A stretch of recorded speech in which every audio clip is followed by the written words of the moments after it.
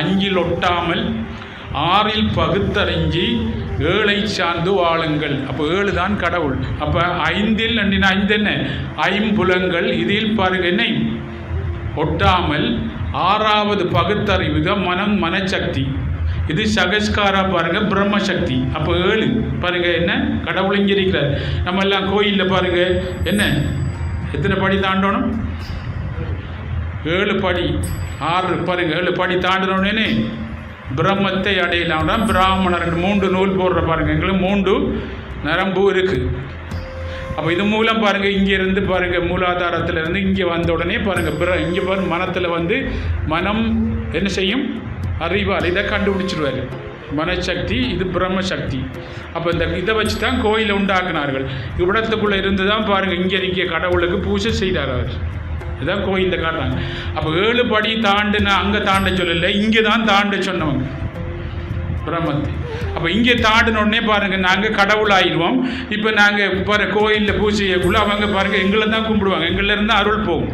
இல்லை நாங்கள் தான் அந்த சிலைக்கும் பாய்ச்சோனும் அந்த கும்பிடுறாக்களுக்கு நாங்கள் கொடுப்போம்.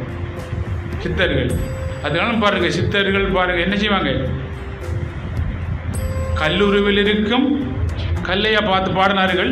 மாணிக்க வாசகர் எல்லாம் பாருங்கள் எல்லாரும் என்ன செய்தாங்க? கல்லூரியில் இருக்கும் கடவுளை கல்லுக்குள் இருக்கும் கடவுளை பார்த்து பாடாருன்னா உனக்குள் இருக்கும் கடவுளை கண்ட பிறகு பிரம்மசக்தியை கண்ட பிறகு தான் அப்போ எல்லாத்துக்குள்ளேயும் இருக்க கடவுள் தன்மையை காட்டித்தார். ஆறாள் அவன் அருளாலே அவழ்ந்தால் வணங்கி. அப்போ இவர் தான் காட்டித்தார். இவர் தான் நாங்கள். அப்போ 5 பாருங்கள் ஒட்டாமல் 6வது பகுத்தறிஞ்சு இந்த 5 தார விஷயத்தை 6வது பகுத்தறிஞ்சு பார்க்கணும். அதான் மனித பிறவி. நாங்கள் எங்கேருந்து நீங்கள் எங்கேருந்து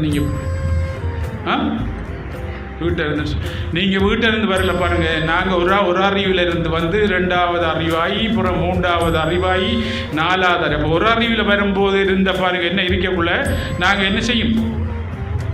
ஒரு உருவம் இருந்தது. இப்போ 2வது அறிவுக்கு நாங்கள் வரும்போது பாருங்கள் அந்த உருவம் மாறிது.